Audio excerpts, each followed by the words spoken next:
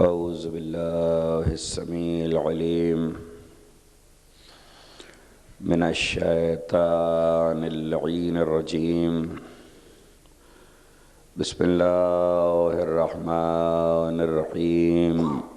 الحمد لله الأول بلا أول كان قبله ولا آخر بلا آخر يكون بعده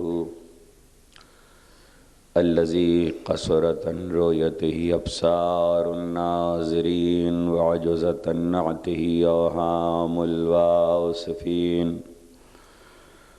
الذي ابتدع بقدرته الخلق ابتداء واخترعهم على مشيته اختراعا ثم سلك بهم طريق إرادته وبعثهم على سبيل محبته.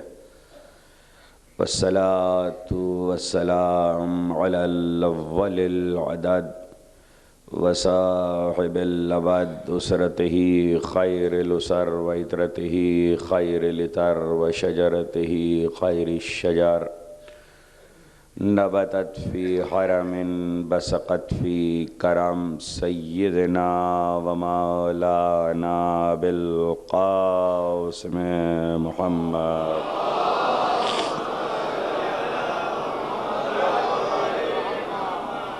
وأهل بيته الطيبين الطاهرين المعصومين المظلومين الذين أذهب الله عنهم الرجس وطهرهم تطهيرا.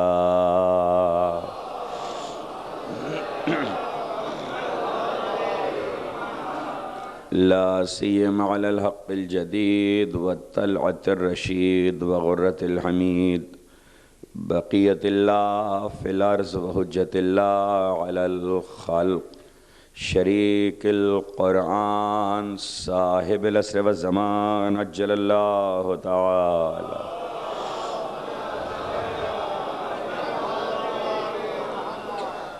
ولعنة الدائمة الباقية على أعدائهم ومنكر فضائلهم وغاصب حقوقهم أجمعين من يوم ظلمهم إلى يوم الدين. أما بعد فقد قال الله سبحانه وتعالى في محكم كتابه الحكيم ضرب الله مثلا كلمة طيبة كشجرة طيبة أصلها ثابت وفرعها في السماء. صلوات.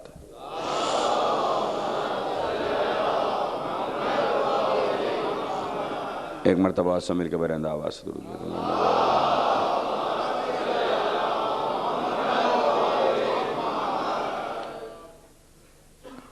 ایک مرتبہ پھر فصل عزائر محرم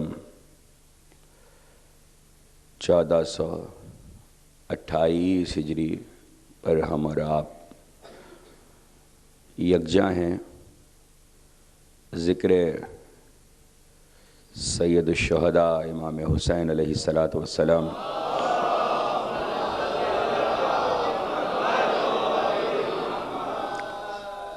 کے تصدق میں. یہ فصل جہاں ایک طرف اس فریضہ غم کی ادائیگی کے لیے ایک معینہ اور مقررہ وقت ہے، وہیں اہل ایمان کے عقائد اور ان کی فکری عملی اور نظری اصلاح کے لیے ایک ایسا مکتب ہے جس کا قیام خود ہمارے ائمہ نے کیا، اور رہتی دنیا تک کے لیے جب تک یہ سلسلہ جاری ہے اور روئے زمین پر آبادی ہے، لوگوں کو ہر صورت کی طرح علمی سطح پر بھی حسین کا فیض ملتا رہے گا.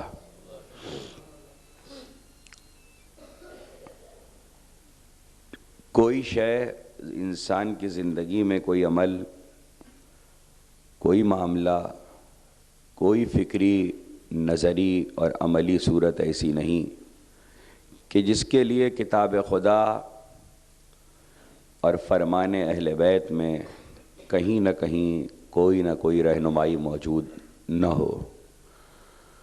قیامت تک کے لیے سب کچھ کتاب خدا میں موجود ہے، اور اس کی جستجو اہل بیت کے بغیر ممکن نہیں ہے۔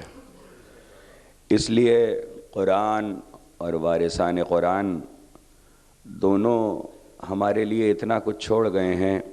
قرآن ہمارے درمیان موجود ہے، وارث اگر پردے میں بھی ہے تب بھی ہماری ہدایت کر رہا ہے، اور یہ ہدایت جاری رہے گی۔ اس لیے اگر کسی منزل پر گمراہی نظر آئے تو اس گمراہی کا ذمہ دار انسان خود ہے، پروردگار نہیں ہے، اس لیے کہ اس نے انسان کی ہدایت کے اسباب فراہم کر دیے ہیں۔ اور یہ خاص کرم ہے اہل بیت رسالت کا کہ انہوں نے اس دور غیبت کا آغاز ہونے سے پہلے ہمارے اور آپ کے لیے ایسے اصول بھی بتا دیے اور ایسی چیزیں بھی چھوڑ دیں کہ جس کے ذریعے ہم اپنی ساری زندگی میں روزمرہ کا معاملہ ہو، دین کا یا دنیا کا، ہر چیز کے لیے رہنمائی حاصل کر سکتے ہیں۔ کتاب خدا کو بہت گہری نظر سے پڑھا جائے تب تو بہت سارے معاملات روشن ہو جاتے ہیں، لیکن اگر سرسری نظر سے بھی پڑھا جائے تب بھی بہت ساری چیزیں محض تلاوت کی صورت میں سامنے آتی ہیں، بشرطے کہ تلاوت کرنے والا نیت خالص کے ساتھ تلاوت کرے، بشرطے کہ تلاوت کرنے والا اس کے حق کو پہچانے، اور اس کا حق مودت اہل بیت ہے۔ اس لیے کتاب خدا اپنے معنی خود دیتی ہے، اور محبت اہل بیت کے ساتھ وہ معنی مزید اجاگر ہوتے چلے جاتے ہیں۔ وہ سورہ کہ جسے دیباچہ قرآن کہتے ہیں اور جہاں سے تلاوت کا آغاز ہوتا ہے، اس کی سب سے پہلی آیت ایک ایسی آیت ہے جو بظاہر پروردگار عالم نے پڑھنے والوں کو ایسا لگتا ہے کہ اپنی تعریف کے لیے رکھی ہے، لیکن اسی آیت میں دو چار مختصر سے الفاظ کی آیت، اس میں ساری زندگی کا محبت اور نفرت کا قانون موجود ہے۔ بسم اللہ الرحمن الرحیم، الحمد للہ رب العالمین۔ ساری تعریف اللہ کے لیے ہے جو عالمین کا پروردگار ہے، پالنے والا ہے۔ ایسا لگتا ہے کہ خدا اپنی تعریف کر رہا ہے، خدا اپنی تعریف نہیں کر رہا ہے، خدا یہ بتا رہا ہے کہ تعریف کیسے کی جاتی ہے۔ دیکھیے، انسان زندگی میں ہزارہا لوگوں کی تعریف کرتا ہے، ہزارہا لوگوں کی برائی کرتا ہے، جو پسند آ جاتے ہیں ان کی تعریف کرتا ہے، جو پسند نہیں آتے ان کی برائی کرتا ہے۔ برائی ہو یا تعریف، دونوں صورتوں میں کبھی پیٹھ پیچھے ہوتی ہے، کبھی منہ پر ہوتی ہے۔ انسان کی زندگی میں دین کے احکامات یہی ہیں کہ اگر تنقید یا برائی اصلاح کے پہلو سے ہو رہی ہے تو بہتر ہے کہ صلوات بھیجیے محمد و آل محمد۔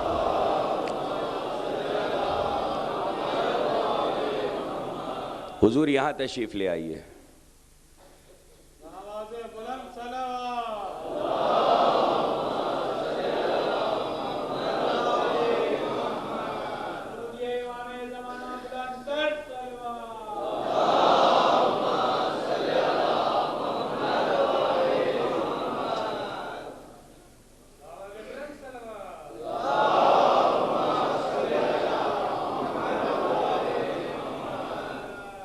ایک بار اور سب مل کے صلوات بھیج دیں۔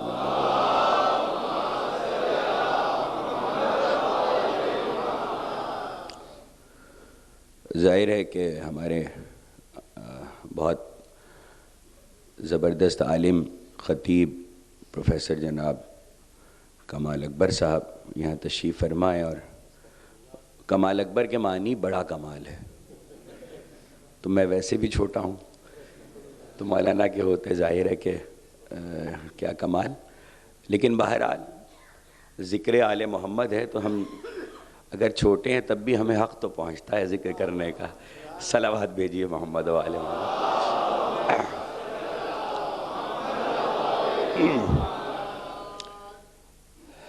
تعریف ہو یا برائی، دونوں صورتیں انسانی زندگی میں سامنے ہیں. انسان کبھی تعریف کسی کے منہ پہ کرتا ہے، کبھی پیٹھ پیچھے کرتا ہے. انسان کبھی برائی کسی کے منہ پہ کرتا ہے، کبھی پیٹھ پیچھے کرتا ہے. اسلام نے برائی کو یوں بھی برا سمجھا ہے، لیکن اگر اس برائی میں کوئی اصلاحی پہلو ہے تو بہتر ہے کہ وہ منہ پہ کی جائے،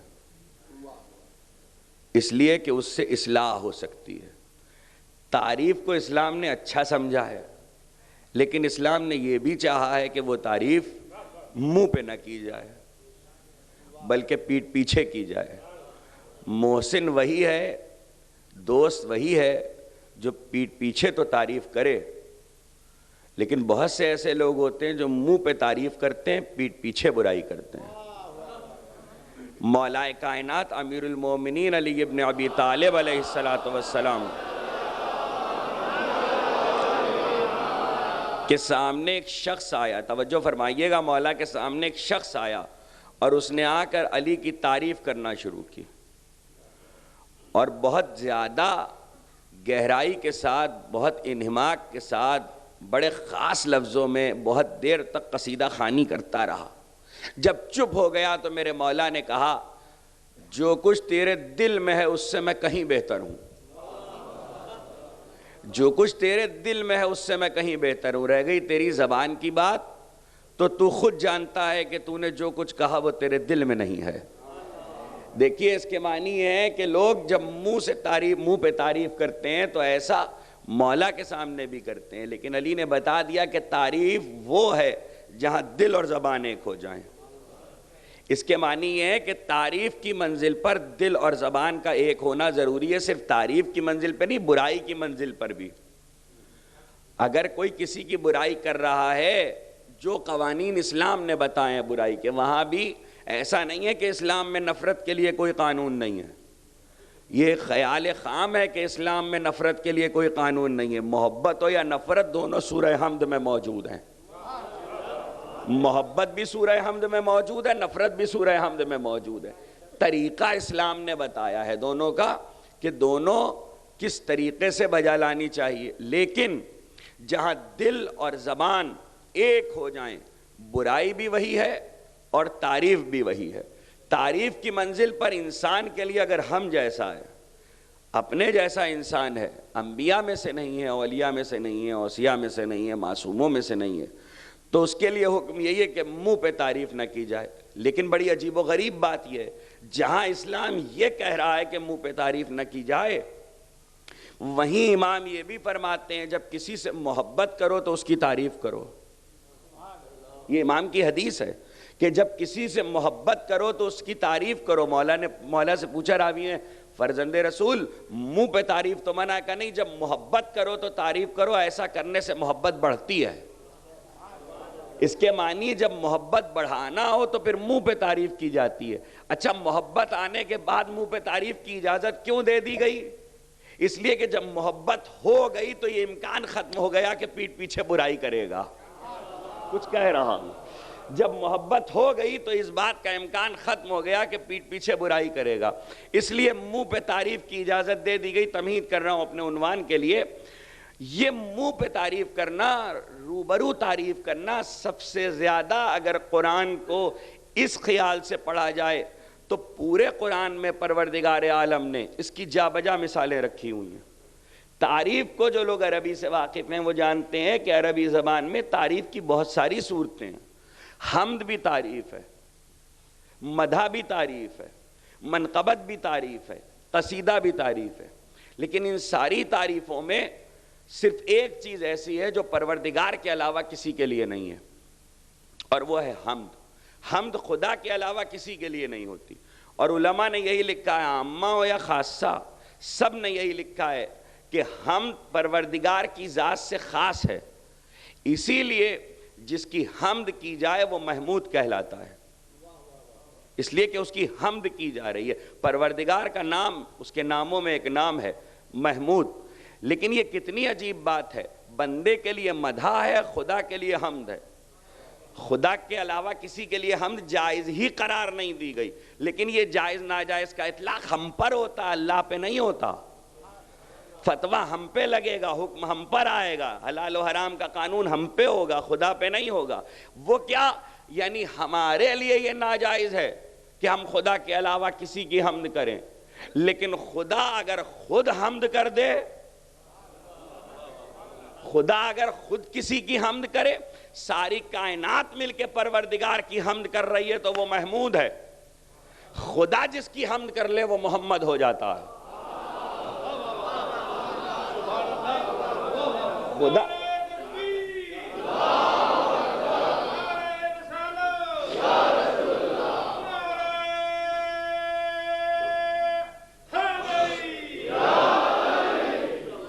خود پروردگار جس کی حمد کر دے وہ محمد ہو جاتا ہے، تعریف کر رہا ہے۔ اب ظاہر ہے کہ محمد ہونا اگر عربی کے الفاظ کے معنی میں گہرائی میں چلے جائیں گے لغت میں تو بحث دوسری طرف نکل جائے گی۔ ہمیں صرف اپنی تعریف ہمارا موضوع نہیں ہے، ہمیں مقدمہ قائم کرنا ہے اپنی تقریر کا۔ محمد کیوں زیادہ تعریف کا حق پیغمبر کے لیے کیوں رکھا؟ اللہ کی تعریف جتنے لوگ کر رہے ہیں وہ سب اس کی مخلوق ہیں، سب اس کے بندے ہیں۔ بندوں میں گنہگار بھی ہیں، متقی بھی ہیں، بندوں میں اس کی تمام تر مخلوق میں ہر قسم کے لوگ ہیں، اور وہ بھی اس کی بتائے ہوئے طریقے پر اس کی تعریف کر رہے ہیں۔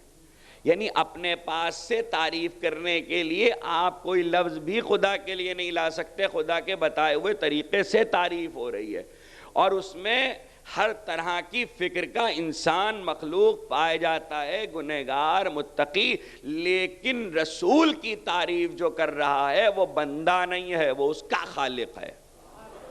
اور جب خالق تعریف کر رہا ہے تو یہ تعریف اعلیٰ تعریف ہے۔ یہ بالکل اسی طریقے سے ہے کہ اگر اس پر غور کریں کہ حسین تو بہت پیدا ہوئے، انبیاء میں بھی ایک سے ایک حسین تھا، یہ کیا ہوا کہ یوسف کا حسن مشہور ہو گیا؟ یہ یوسف کے حسن کے مشہور ہونے کی وجہ کیا ہوئی؟ اس لیے کہ پروردگار نے ان کے حسن پر سورہ اتار دیا، خدا نے ان کا حسن کا ذکر کر دیا۔ تو خدا اگر کسی کو اچھا کہہ دے، ہم کسی کو دیکھ کر، صفات دیکھ کر، اس کی کوالٹیز دیکھ کر، اس کا کردار دیکھ کر اچھا کہیں، خدا کسی کو اچھا کہے یہ اور بات ہے، اس لیے کہ وہ خالق ہے۔ ہمارے اچھا کہنے میں یہ ضمانت نہیں ہے کہ یہ کل اچھا ہی رہے گا، برا نہیں ہو جائے گا۔ ہمارے اچھا کہنے میں ایسی کوئی ضمانت نہیں ہے کہ اگر ہم کسی کی تعریف کر رہے ہیں تو یہ ضمانت ہو کہ وہ اچھا ہی رہے گا، اور پروردگار اگر کسی کی تعریف کر رہا ہے تو یہ ضمانت ہے کہ یہ تعریف بدلے گی نہیں، اس لیے کہ خدا مستقبل کا علم رکھتا ہے۔ یہ بہت بڑا مسئلہ ہے۔ ہمارے بہت بڑے عالم شیخ مفید کے عہد میں بغداد کے قاضی سے یہی گفتگو ہوئی تھی۔ جب قاضی بغداد کے سامنے جا کر بیٹھے تو شیخ مفید، بات مختلف موضوعات پر ہو رہی تھی، تو شیخ مفید نے پوچھ لیا علی کے بارے میں کیا خیال ہے؟ کہا ٹھیک ہے علی کا معاملہ، مگر یہ ہے کہ رسول کے بعد علی دین سے پھر گئے تھے۔ اس نے توجہ کیجئے گا، اس نے کہا رسول کے بعد علی دین سے پھر گئے تھے۔ کا دلیل یہ ہے کہ جمل و صفین علی نے مسلمانوں پہ تلوار اٹھائی، علی نے کلمہ گو پر تلوار اٹھائی۔ تو شیخ مفید نے کہا اچھا ٹھیک ہے، کلمہ گو پہ علی نے تلوار اٹھائی اس لیے علی دین سے پھر گئے تھے، یہ بتاؤ حدیث خیبر کے بارے میں کیا رائے ہے؟ کا کیا مطلب؟ کہ یہ جو حدیث رایت ارشاد فرمائی ہے، پیغمبر نے کل علم اس کو دوں گا جو مرد ہوگا، کرار ہوگا، غیر فرار ہوگا، اللہ اور اس کا رسول اس سے محبت کرتا ہوگا، وہ اللہ اور اس کے رسول سے محبت کرتا ہوگا۔ کہا حدیث تو صحیح ہے، کہ پیغمبر نے ارشاد فرمائی، کہاں کہ نبی جھوٹ تو نہیں بولتا، کہ نہیں، کہ اس کے معنی اللہ محبت کرتا تھا علی سے؟ کہاں اللہ محبت کرتا تھا جب حدیث ارشاد ہوئی؟ تو کہا کہ اللہ کو مستقبل کا علم نہیں تھا؟ کہ بعد میں علی دین سے پھر جائیں گے؟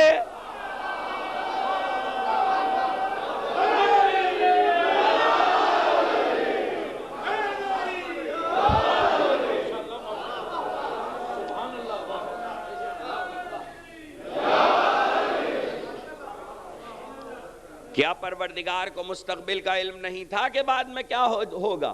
اسی دلیل پر شیخ مفید نے اسے خاموش کر دیا۔ اس کے معنی یہ ہے کہ بندہ کوئی بھی کتنا ہی بڑا بندہ ہو، کچھ بھی جانتا ہو، تعریف میں اس کے تعریف کے بعد یہ امکان باقی رہتا ہے کہ کل کو اگر اس کی برائی یہ کر دے یا اس کی نگاہ میں برا ہو جائے۔ خدا کسی کی ایک بار تعریف کر دے تو پھر برائی نہیں کرتا۔ تو اب اس بات کو دوسری طرح میں کہہ دوں، خدا جب ایک بار کسی کی برائی کر دے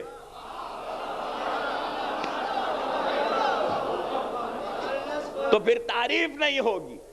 یہ قانون کتاب خدا میں اٹل ہے۔ اللہ نے جس کی تعریف کر دی وہ قیامت تک باقی رہے گی، اللہ جس کی برائی کر دے وہ قیامت تک باقی رہے گا۔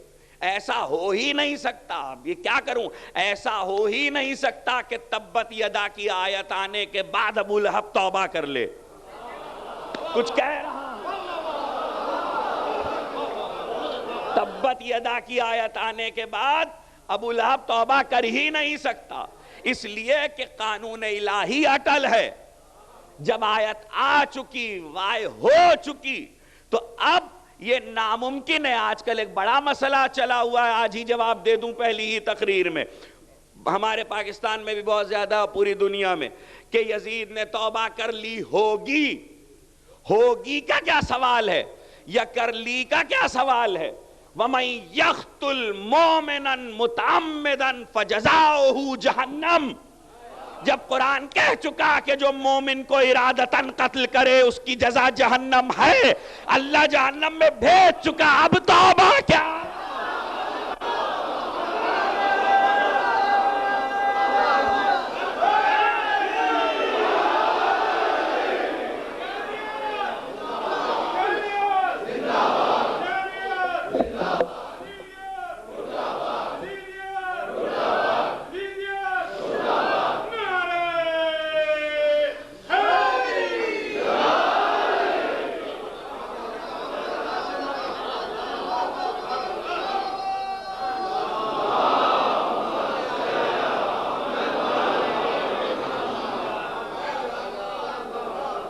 پروردگار اعلان کر چکا، قرآن کے اعلان کا۔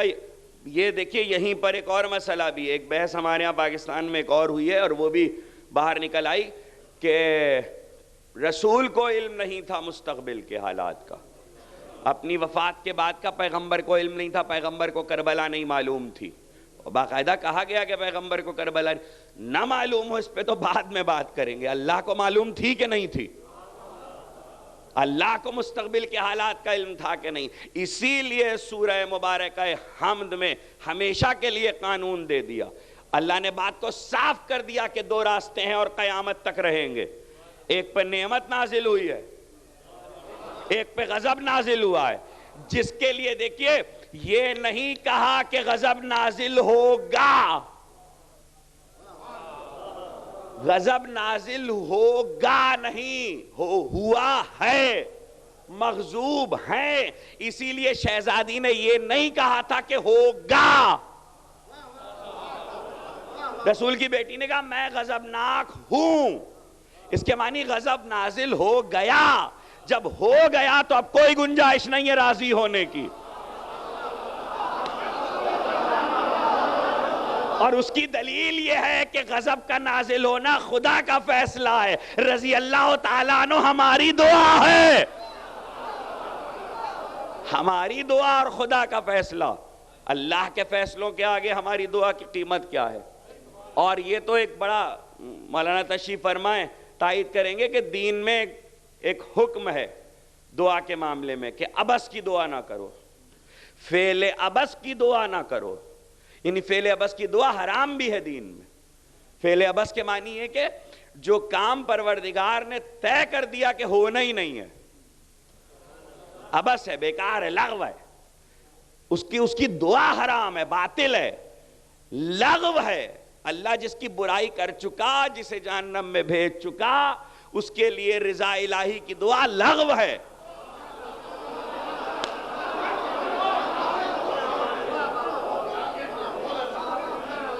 اس سے خدا راضی ہو جائے، یہ دعا لغو ہے.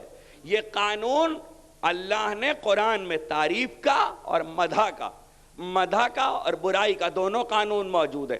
اب آپ حمد کہیے، مدح کہیے، منقبت کہیے، قصیدہ کہیے، ہر جگہ پر قرآن میں قانون موجود ہے. اہل بیت اس کی وضاحت کریں گے. جیسے برائی کے لیے ہے ویسے ہی مدح کے لیے. متقی آپ کسی کو کہیں، اس کا تقوی دیکھیں، ٹھیک ہے انسان بہت بڑھا عبادت خدا میں متقی ہو گیا، تو کون کہے گا اسے متقی؟ ہم کہیں گے، اس جیسے ہی کہیں گے. یعنی جیسا وہ ہے ویسے ہی ہم ہیں. ہم اس کو متقی کہہ رہے ہیں، ساری دنیا کے انسان مل کے متقی کہہ رہے ہیں. یہ بہت بڑا ایوارڈ ہے، کوئی کسی کو متقی کہہ رہا ہے، ٹھیک ہے بہت بڑی بات ہے، لیکن آخری حد کیا ہے؟ تقوی. اور یہ ہمارا دیا ہوا ایوارڈ ہے، ہم نے متقی کہا. ہمیں نہیں معلوم کہ خدا اس کے تقوی کو قبول کر رہا ہے کہ نہیں کر رہا. ہم اس کے عبادت کو دیکھ کر، ہم اس کے اعمال کو دیکھ کر، اس کے کردار کو دیکھ کر اس کو متقی کہہ رہے ہیں. بھئی یہی فرق ہے اہل بیت میں اور امت میں، کہ امت کا مرتبہ جتنا چاہے بڑھ جائے، آخری حد تقوی ہے. اور وہ تقوی بھی ہمارا کہا ہوا تقوی، کہ ہم نے کہا کہ یہ متقی ہے. اللہ کی ضمانت کوئی متقی ہونے کی کہیں سے نہیں مل رہی ہے. اہل بیت کے لیے آیت تطہیر میں عصمت کی ضمانت ہے. یہ تعریف خدا کی ہوئی ہے جو قیامت تک بدل نہیں سکتی. یعنی اب خدا نے کہہ دیا معصوم، تو جب خدا نے معصوم کہہ دیا تو اب رزق کا سوال ہی پیدا نہیں ہوتا. یہ جتنا قرآن کو دیکھتے جائیں گے آپ کو یہی ملے گا کہ مدح، تعریف اور برائی کی منزل پر دونوں قانون ایک جیسے ساتھ چل رہے ہیں، اور یہ کبھی بدل نہیں سکتا. اب اس میں یہ ہے کہ ہم جب مدح کرتے ہیں یا تعریف کرتے ہیں تو پروردگار نے کہا کہ ہماری تعریف کرو. سب سے زیادہ اللہ کو تعریف پسند ہے حضرت امام محمد باقر علیہ السلام.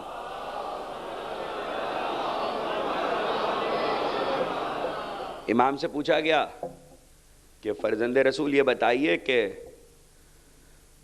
نماز میں کون سا رکن پروردگار کو زیادہ پسند ہے؟ سب سے زیادہ کہا اللہ کو ذکر پسند ہے، اذکار پسند ہے. کہا اذکار سے بھی زیادہ؟ کہا دعا پسند ہے. کہا دعا سے بھی زیادہ؟ کہا اپنی تعریف. جب آپ الحمدللہ کہتے ہیں تو یہ سب سے زیادہ محبوب ترین بات ہے پروردگار کی. امیر المومنین علی ابن ابی طالب علیہ السلام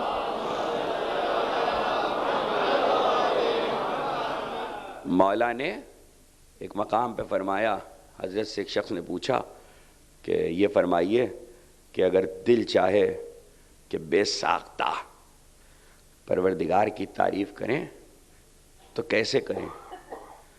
کہ اخلاص قلب کے ساتھ کہہ دو الحمدللہ. اخلاص قلب کے ساتھ.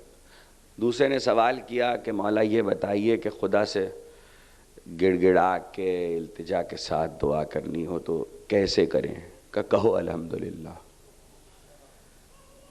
راوی نے کہا کہ مولا الحمدللہ دعا بھی ہے تعریف بھی ہے. کہاں؟ مزاج مشیت کو سمجھو.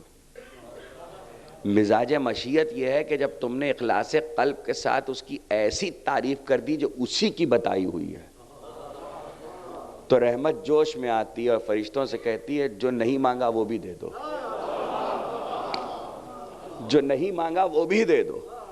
ایک شخص نے قسم کھائی تھی کہ میرا یہ کام ہو جائے گا تو میں پروردگار کی تعریف کروں گا، لیکن کوئی طریقہ معین نہیں کیا تھا. تو کام ہو گیا، منت مانی تھی، لیکن اب کیسے تعریف کرے؟ تو آگے آپ کے چھٹے امام حضرت امام جعفر صادق علیہ السلام اور کہتا ہے کہ فرزند رسول میں نے منت مانی تھی، عہد کیا تھا کہ میرا فلاں کام ہو جائے گا تو میں تعریف کروں گا پروردگار کی، ایسی تعریف کہ کسی نے نہ کی ہوگی. کہا الحمدللہ. کہ ایک مرتبہ نیت خالص کے ساتھ کہہ دے الحمدللہ. کسی طویل قصیدے کی ضرورت نہیں ہے، کسی طویل حمد کی ضرورت نہیں ہے. اس کے معنی ہے کہ الحمدللہ جامع ترین تعریف ہے، اور جامع ترین تعریف کے معنی یہ ہے کہ سب کچھ آ گیا اس الحمدللہ میں. اور سب سے زیادہ پروردگار کو جو چیز پسند ہے وہ اپنی تعریف پسند ہے. اور اپنی تعریف اس لیے پسند ہے کہ جب تعریف اس کی کوئی کرتا ہے تو رحمت جوش میں آتی ہے. اب یہ ہے مزاج مشیت. کیا کہا تھا معصوم نے؟ تم کسی سے محبت کرو. اب وہ حدیث پوری نہیں سنائی تھی. تم کسی سے محبت کرو، ماں سے محبت کرو تو اس کی تعریف کرو. امام کا حکم ہے کہ ماں کے سامنے بیٹھ کر اس کی تعریف کرو. بھائی سے محبت کرو تو بھائی کی تعریف کرو. دوست سے محبت کرو تو دوست کی تعریف کرو. ارے جب تمہارے اپنے جیسے رشتے ہیں تو ان میں یہ عالم ہے کہ محبت کے بعد سامنے بیٹھ کر روبرو بیٹھ کر تعریف کرو. اور جہاں محبت اللہ سے یا اللہ کے حکم پر اہل بیت سے ہو تو پھر وہاں تعریف کی صورت کیا ہوگی؟ تو اب دونوں طرح کی تعریف پروردگار کے لیے، پروردگار کے روبرو تو ظاہر ہے شہرک سے زیادہ قریب ہے تو ہر وقت روبرو ہے. اہل بیت کے سامنے اگر کوئی پہنچ گیا حضوری میں ہے تو تعریف کرے، اور اگر نہیں ہے حضوری میں تو تعریف کرے. اہل بیت کی تعریف دو طرح سے ہو سکتی ہے. آپ کے ہاں دونوں چیزیں اردو شاعری میں پائی جاتی ہیں، قصیدہ بھی منقبت بھی. قصیدہ بھی پایا جاتا ہے، منقبت، دونوں کی مثالیں قرآن میں موجود. آپ کہیں گے یہ اردو شاعری کی مثال قرآن میں کہاں سے آ گئی؟ خدا کی قسم ہے. قصیدہ کہتے ہیں تمہید کر کے پھر تعریف کرنا، تشبیب کے ساتھ تشبیب قائم کر کے پھر تعریف کرنا. منقبت وہ تعریف ہوتی ہے براہ راست تعریف کی جاتی ہے. دونوں مثالیں قرآن میں موجود ہیں. منقبت سورہ کوثر ہے، قصیدہ سورہ دہر ہے.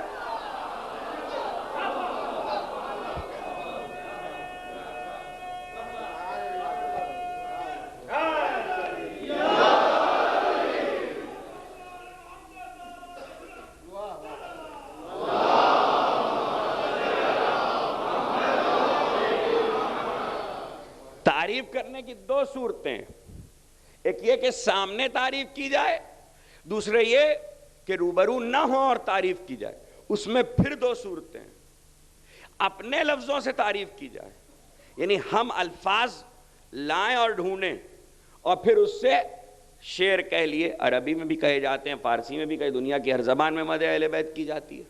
اور پھر اس میں تو اگر کسی کی نیت اتنی خالص ہو جائے کہ ایک قصیدہ وہ لکھے آپ کے 8ویں امام کے لیے اور ادھر سے یہ فخر مل جائے کہ لسان الغیب ہو جائے، تو یہ تو نیتوں کا صلہ ہے کہ حافظ جیسے کو ایک قصیدے کے صلے میں لسان الغیب بنا دیا جائے. اور یہ اخلاص قلب ہے.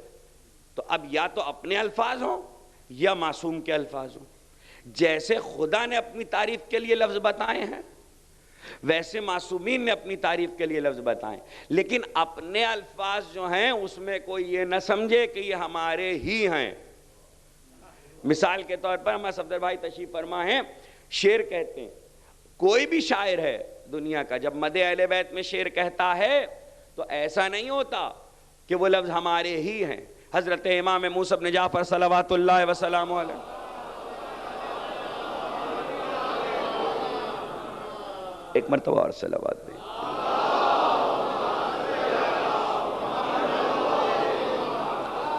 ناصبی ہے ایک شخص، واقعہ بارہا کا دہرایا گیا، مختلف واقعات ہیں، روح اس کی دہرائی ہوئی ہے ائمہ کی حیات میں، اور علامہ امینی نے الغدیر میں اس واقعے کو لکھا ہے. شاید میں اگر دوسرا واقعہ بھی وہ سنا سکا جو علامہ امینی نے لکھا، لیکن کبھی کبھی میں ڈرتا ہوں اس واقعے کو سناتے ہوئے، اس لیے کہ اس کے نتائج بعض اوقات لوگ غلط لے لیتے ہیں. لیکن چونکہ مدح اہل بیت میں ہے اس لیے میں دیکھیے اگر اس وقت آ گیا تو میں سنا دوں گا. علامہ امینی نے لکھا ہے کہ ایک شخص ناصبی ہے، اور ایسا ناصبی ہے کہ کھلا ہوا دشمن ہے. 7ویں امام کا زمانہ ہے اور برائی کرتا ہے، امام کی برائی کرتا ہے، مولا کی برائی کرتا ہے، اور فقیر ہو گیا ہے، کھانے کو کچھ نہیں ہے. تو بہت کوشش کی کہ کہیں سے کوئی آذوقہ میسر آ جائے اور گھر کا رزق چل پڑے. تو ایک دوست تھا جو اہل ایمان میں سے تھا، اس نے کہا کہ دیکھو کچھ شعر کہہ لو علی کی شان میں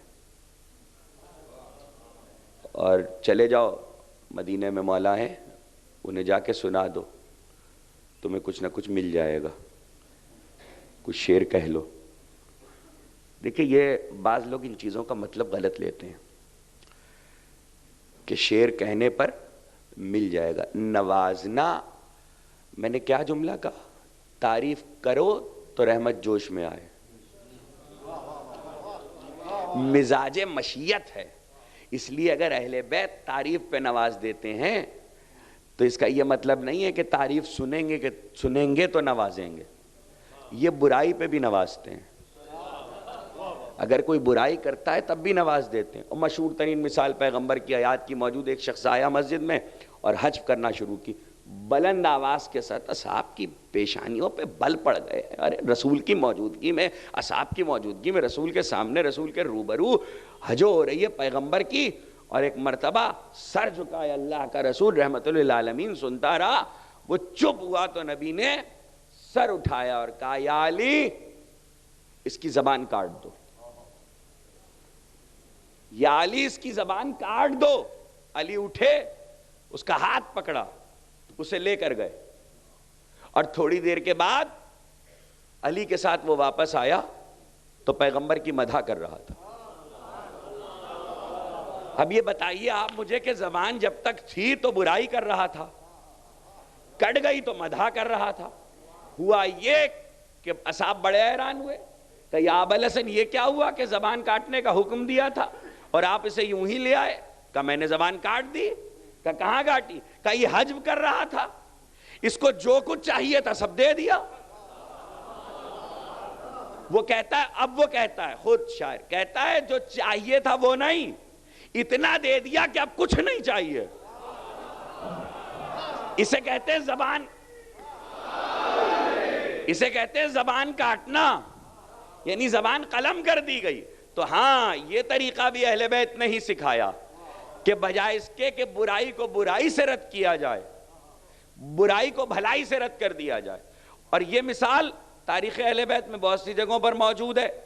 موقع ہے تو ایک اشارہ کر دوں، حضرت امام حسن مجتبیٰ علیہ السلام،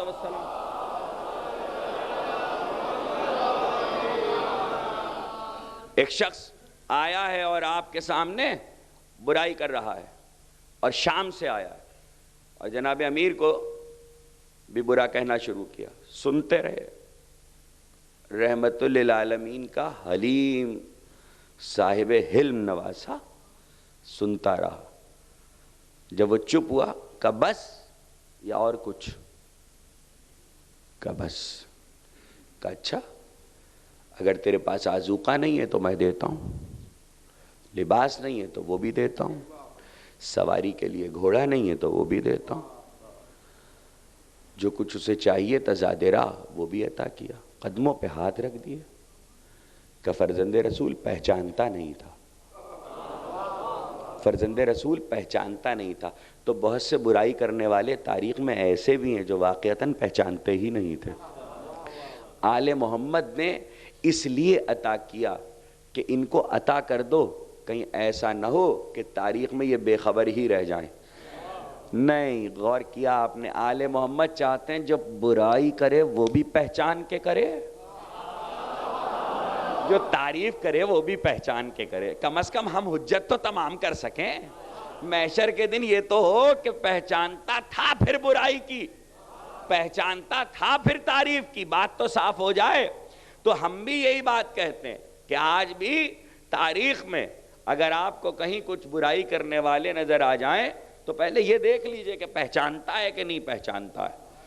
تو اس نے کہا کہ چلے جاؤ، عطا کر دیں گے مصعب بن جعفر۔ اس نے کہا میں نے کبھی ان کے خاندان کی اچھائی تعریف نہیں کی، میں تو سخت دشمن ہوں، کینہ ہے میرے دل میں، اور اظہار بھی کر رہا ہے۔ اس نے کہا میں مشورہ دے سکتا تھا، آگے تمہاری مرضی ہے۔ بیٹھا ہوا، اب آدمی بھوکا کب تک رہے گا، کہیں سے کوئی راستہ نہیں تھا۔ اس نے 3 شعر کہے، اور ان 3 شعروں کی خبر کسی کو نہیں ہے، صرف اس نے کہے۔ اور 3 شعر کہنے کے بعد پہنچ گیا امام کے پاس۔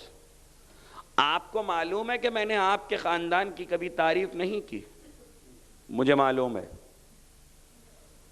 آپ کو یہ بھی پتا ہے کہ میں آپ کے خاندان کا بہت بڑا دشمن ہوں، مجھے یہ بھی پتا ہے. اچھا تو میں نے اب 3 شعر کہیں آپ کے دادا علی کی مدح میں، مجھے یہ بھی معلوم ہے. آپ کو یہ کیسے معلوم؟ وہ تو میں نے کسی کو سنائے نہیں. تو سنائے گا کہ میں سناؤں؟ تو سنائے گا کہ میں سناؤں؟ یہ کیسے ہو سکتا ہے کہ آپ کو ان 3 شعروں کی خبر ہو جائے؟ اچھا ایک مصرع تو پڑھ، ایک میں پڑھتا ہوں. ایک مصرع اس نے پڑھا، ایک مصرع امام نے پڑھا. قدموں پہ ہاتھ رکھے کہ پہلے اتنا بتا دیجئے، جو کام لے کے آیا تھا وہ تو بھول گیا. کہ پہلے اتنا بتا دیجئے یہ میرے 3 شعروں کی خبر آپ کو کیسے ہوئی؟ کہا سن، جب کوئی ہماری مدح کا ارادہ کرتا ہے تو لفظ پہلے ہم سے اجازت لینے آتے ہیں.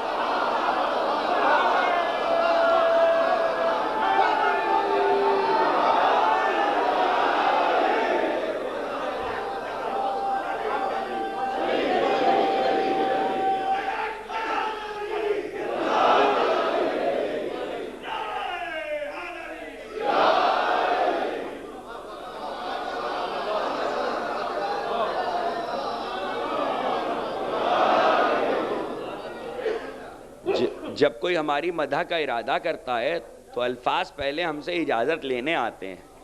اسی لیے الفاظ ہر ایک کے پاس جاتے نہیں ہیں. دیکھیے بہت سے لوگوں کو ہم نے دیکھا کاغذ قلم لیے بیٹھے رہتے ہیں. کیا کر رہے ہو؟ شعر کہہ رہے ہیں. کس کے لیے؟ مدح میں کہہ رہے ہیں. کب سے بیٹھے ہو؟ 1 ہفتہ ہو گیا. ایسا کیوں ہوتا ہے؟ اجازت نہیں ملی ہوتی. جب تک اجازت نہیں ملے گی اس وقت تک لفظ نہیں آئے گا. اور امام نے لفظ مدح استعمال کیا ہے. میں یہاں پہ عرض کر دوں کہ مجھے نہیں معلوم، میں اپنی بات کرتا ہوں. امام نے لفظ مدح استعمال کیا ہے. صرف شاعری کے لیے قانون نہیں ہے، یہ خطابت بھی مدح ہے. اس لیے تقریر کے معاملے میں تو کم از کم اسی یقین سے بیٹھتا ہوں کہ اگر ادھر سے اجازت نہ ہو تو ہم کچھ بول نہیں سکتے. اب دونوں سو دیکھیے یہ بڑا مسئلہ ہے. اس لیے اجازت کیوں لیتے ہیں؟ لفظ اجازت میں ایک راز ہے، اور راز یہ ہے کہ پیغمبر کی ایک حدیث ہے، اور یہ مستند ترین حدیث ہے جو کئی طریقوں سے آئی ہے، کہ جس نے مدح علی و اہل بیت میں شعر کہا اس پر جنت واجب. جنت میں گھر ایک بیت پر، شعر کو بیت کہتے ہیں، ایک بیت پر ایک بیت خلد میں. یہ حدیث پیغمبر ہے، اس کو تو کوئی جھٹلا نہیں سکتا. اب جب ایک بیت پر ایک بیت ہے تو طے ہو گیا کہ جس کے پاس اشعار ہیں، جس نے کہے مدح اہل بیت میں، وہ اس کو جنت میں گھر ملے. جب تک الفاظ اجازت نہیں لے لیں گے اس لیے نہیں آتے کہ یہ مدح نہیں ہو رہی ہے، جنت کا گھر بک رہا ہے، اور مالک کی اجازت کے بغیر گھر بکا نہیں کرتے. زمین کے مالک کی اجازت کے بغیر گھر ملا نہیں کرتے. تمید ختم ہو رہی ہے. میں اپنے عنوان پر آ رہا ہوں، کل سے عنوان کا آغاز ہو جائے گا. لیکن آج کی حد تک ایسی کچھ مثالیں تاریخ میں موجود ہے، کہہ دیا تھا تو کہیں غلط فہمی نہ پیدا ہو جائے، اس لیے کہہ رہا ہوں کہ عمر عاص نے 11 شعر علی کی شان میں کہے تھے. جن کو معلوم ہے، مجھے اچھی طرح پتا ہے کہ تقریر کرنے کے بعد وہ مجھ سے پوچھتے کہ عمر عاص نے 11 شعر علی کی شان میں کہے تھے تو یہ رسول کی حدیث کا کیا ہوگا؟ یہ فیصلہ خود امامت نے کیا ہے. 11 شعر علی کی شان میں کہے. راستے میں ملاقات ہو گئی امام حسن سے، ادھر سے آ رہا ادھر سے امام حسن جا رہے ہیں. کہا سنا ہے کہ تو نے میرے باپ کی شان میں 11 شعر کہے ہیں؟ کہا کہ ہاں کہے ہیں. کہا تو سنا. کہا آپ کو کس نے خبر دی؟ کہا اچھا تو ایک مصرع تو سنا دے، ایک میں سنا دیتا ہوں. کہا اچھا سنائیے. امام نے ایک مصرع سنایا، اس نے دوسرا مصرع. جب 11 شعر سنا چکے امام نے کہا اچھا یہ بتا کہ سودا کرے گا؟ کہا کیا مطلب؟ کہا جتنی قیمت تو کہے میں تجھے دے دوں، یہ شعر مجھے دے دے، میں یہ شعر خریدے لیتا ہوں. اس نے کہا کتنی قیمت دیں گے؟ کہا جو تو مانگے گا. اس نے قیمت بتائی. امام نے غلام سے کیسہ منگوایا، وہیں پہ قیمت ادا کی. جب قیمت ادا کر دی تو تاریخ کہتی ہے اس کے بعد اس کے ذہن سے وہ شعر محو ہو گئے.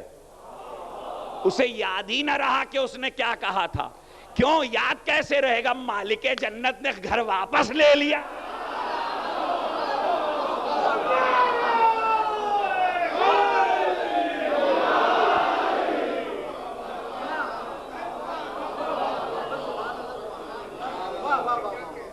دیکھیے شعر تو تھے لیکن امام نے مثال قائم کر کے بتایا کہ اس خیال میں نہ رہنا. اب مجھے اجازت دے دیجئے، میری مجبوری ہے اپنے عقیدے کی کہ میں ایسے موقع پر یہ بات ضرور کہتا ہوں کہ ہمارے بہت سے ایسے لوگ بھی ہیں ہمارے ہاں کہ جو اس بات سے بہت متاثر ہوتے ہیں کہ دیکھیے کیا اچھی مدح علی کی ہے. وہ اب آپ سمجھ گئے ہوں گے کہ میں کیا کہہ رہا ہوں. کیا اچھی مدح علی کی ہے. اور میں اکثر یہی کہتا ہوں اس پہ نہ جائیے گا، پہلے یہ دیکھ لیجئے گا دل میں علی ہیں کہ نہیں ہیں. جانے کتنے لوگ ایسے ہیں کہ جو زبان سے مدح کر رہے ہیں، ضرورتاً تو علی کو ہمیشہ ہی پکارا گیا ہے.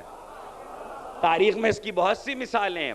تو جہاں آپ کے اپنے لفظ ہیں وہاں اجازت لیتے ہیں الفاظ، اور وہاں درجہ یہ ہے. اور جہاں لفظ معصوم کے ہوں، جہاں الفاظ معصوم کے ہوں اور معصوم نے خود الفاظ ہماری مدح کرنا تو یوں کرنا.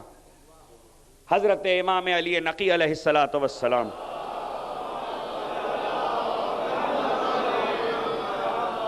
ہماری تعریف کرنا تو یوں کرنا. اب چاہے روبرو ہو چاہے روبرو نہ ہو، دور سے ہو.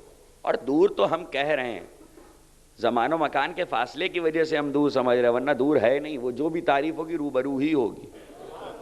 اور پچھلے سال زیارت وارثہ کے حوالے سے یہ عرض کیا تھا کہ زیارت کے معنی ملاقات کے ہیں، لیکن ملاقات میں ظاہر سلام کیا. جتنی زیارتیں ہیں سلام کیا. آپ نے مصائب کی ہیں، زیارتیں مصائب کی ہیں. ہاں علاوہ اس کے کہ جو روضوں پر ہیں وہ سب ان میں ہے تعریف کے جملے یا درود ہے، ورنہ زیادہ تر مصیبتوں کا ذکر ہے. تو مگر کہ اگر آپ ملاقات میں ہیں اور روبرو ہیں اور تعریف کرنا چاہتے ہیں تو یا تو قصیدہ لے جائیے کہہ کر، منقبت کہہ لیجئے، یا پھر یہ ہے کہ بجائے کہنے کے اگر معصوم نے بتا دیا تو معصوم کے بتائے ہوئے الفاظ کو دہرائیے، وہ زیادہ بہتر ہے. اور اس کا ثواب ہے، ثواب ہی نہیں ہے، اس سے انسان کو تقرب حاصل ہوتا ہے. یعنی تقرب کی اعلیٰ ترین منزل یہی ہے کہ معصوم کے بتائے ہوئے الفاظ، اور ان میں سے ایک چیز ایسی ہے معصوم کے بتائے ہوئے کہ جس کے لیے انتہا درجے پر حدیث میں یہ ذکر ہے کہ جس کو پسند کیا گیا ہے. اور آپ کے 10ویں امام سے راوی نے آ کر پوچھا کہ فرزند رسول، ہم آپ کی مدح کرنا چاہیں آپ کے سارے خاندان کی تو کیسے کریں؟ آپ کے سارے خاندان کی مدح کرنا چاہیں، سب کی اہل بیت کی ایک ساتھ، تو کیسے کریں؟ تو حضرت نے جو چیز ارشاد فرمائی اسے زیارت جامعہ کہتے ہیں.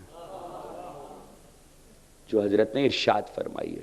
اور مجلسی اول نے اپنی کتاب شرح من لا یحضر الفقی میں لکھا کہ میں امیر المومنین کے حرم میں تھا زری کے قریب، تو میں نے حالت مکاشفہ میں حضرت حجت عجل اللہ تعالی فرجہ شریف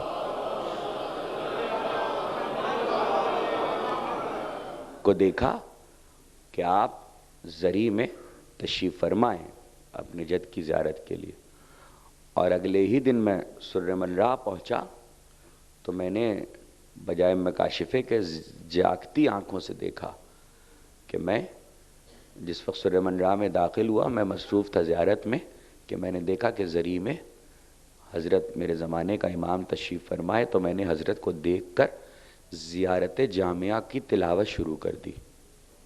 اور جس وقت میں نے زیارت جامعہ کو تمام کیا تو بھیڑ بہت تھی، تو وہیں زری پر سے مجھے اشارہ، زری میں امام ہے، زری کے پاس نہیں ہے، زری میں ہے اپنے جد کی اور والد کی. تو کہا کہ امام نے مجھے اشارہ کیا.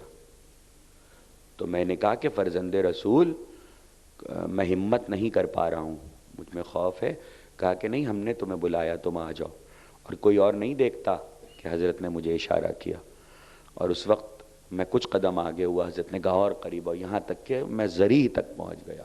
حضرت نے مجھے قریب بلا کے زری میں داخل کر لیا.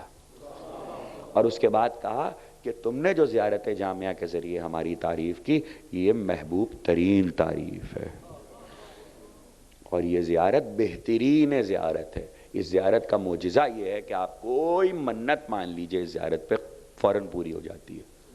تو ہم نے سال گزشتہ آپ کے سامنے ایک ایسے موضوع کا انتخاب کیا تھا کہ جس کی شرح میں ہم یہ عرض کرتے کہ عزاداری کیا ہے، سید الشہداء کا غم کیا ہے، اور اس سال ہم نے ایک ایسے عنوان کا انتخاب کیا ہے کہ ہم آپ سے یہ عرض کریں گے کہ آل محمد کی مدح کیا ہے۔ اس لیے ہم تفسیر جامعہ کے عنوان سے اس عشرے میں مسلسل گفتگو کریں گے۔ صلوات بھیجیں محمد و آل۔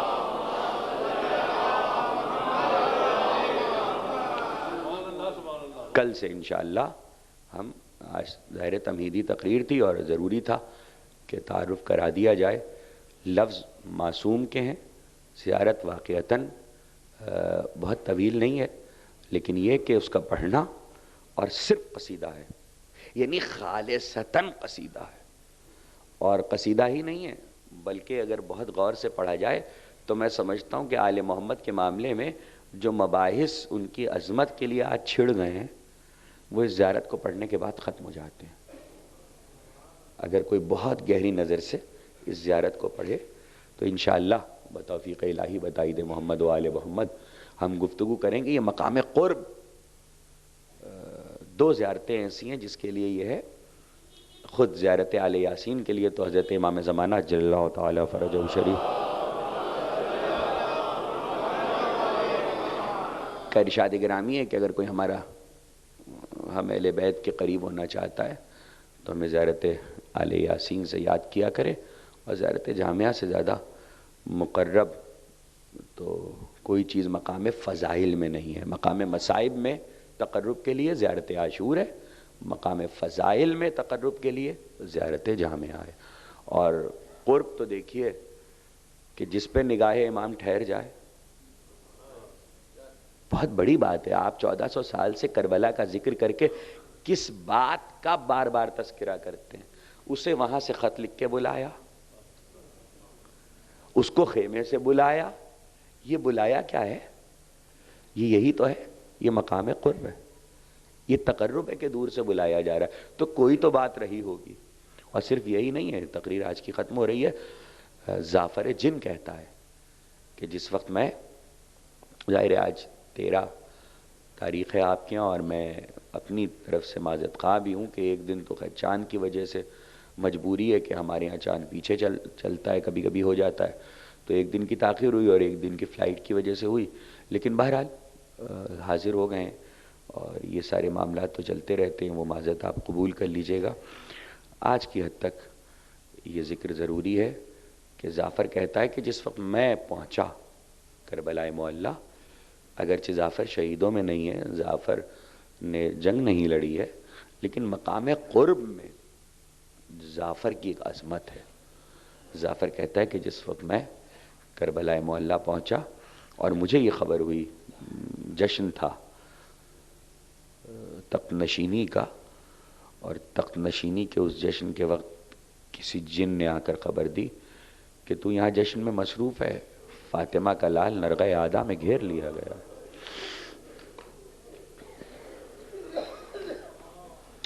سیدہ کا لال نرغہ اعداء میں گھیر لیا گیا۔ کہاں کا تخت، کہاں کا تاج، بہت تیز چلا ہے۔ کہتا ہے جس وقت میں کربلا پہنچا ہوں تو حسین 7 حملے کر چکے تھے، آخری حملے کے درمیان کا وقت تھا جب حسین نے فوجوں کو روکا تھا اور ساری قربانیاں سید الشہداء دے چکے تھے۔ ذوالجناح پر ایسے تشریف فرما تھے جیسے کوئی بادشاہ کائنات اپنے تخت پر۔ یہ جعفر کے جملے ہیں، اور وہ کیفیت بھی جعفر نے بتائی ہے جو میں آپ کو نہیں بتا سکتا کہ کس طرح حسین ذوالجناح پر بیٹھے تھے۔ اور وہ کہتا ہے کہ اتنی بھیڑ تھی حسین کے گرد، اور بھیڑ کس کی تھی؟ لوگوں کی نہیں، نرغہ اعداء جو تھا سو تھا، یہ تو قربانی کا وقت تھا، کہا انبیاء سلام کرنے آئے تھے،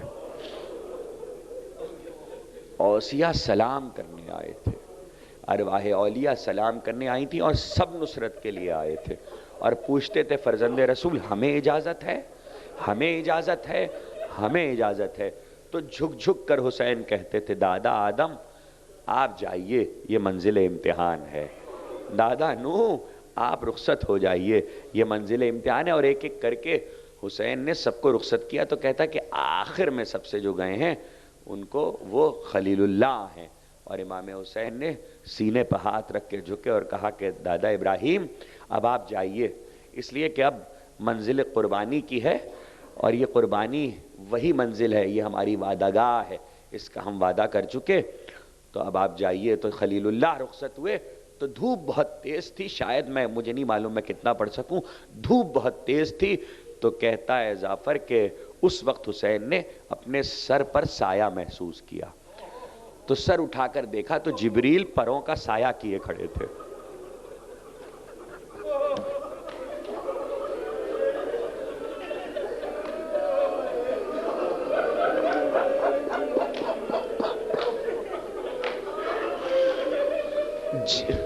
خدا آپ کی آوازوں پر اپنی رحمت نازل کرے، خدا آپ کی آنکھوں پر اپنی رحمت نازل کرے۔ جبریل پروں کا سایہ کیے کھڑے تھے، تو ایک مرتبہ کہنے لگے حسین جبریل کیوں آئے ہو؟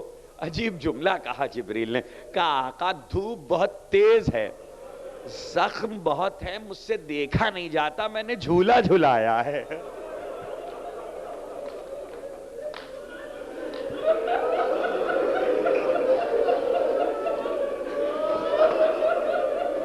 فرزند رسول میں نے جھولا جھلایا ہے۔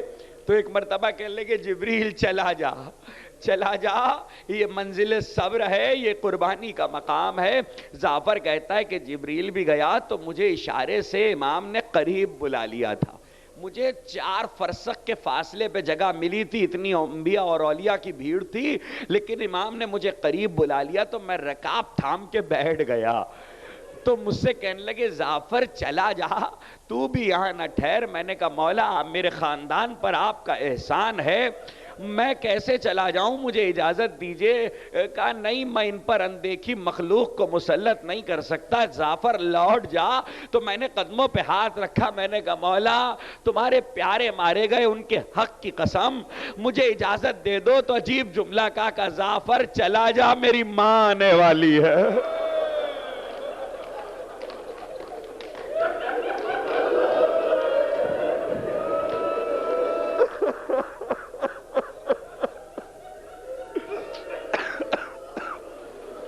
جعفر چلا جا، میری ماں آنے والی ہے۔ جعفر کہتا مجھے قسم دے کے واپس کیا، میں نکلا کربلا سے، بس اب 2 جملے سن لو۔ قاتل کہتا ہے کہ حسین پشت ذوالجناح پر جھوم رہے تھے، 1900 زخم تھے، میں قریب پہنچا تو ہونٹ ہل رہے تھے، اور حسین میں نے کان قریب کیا تو ایک مرتبہ آہستہ آہستہ آواز آ رہی تھی، اماں میں آ گیا، میں نے وعدہ طفلی پورا کر دیا، اماں میرا علی اکبر مارا گیا، اماں میرا علی اکبر۔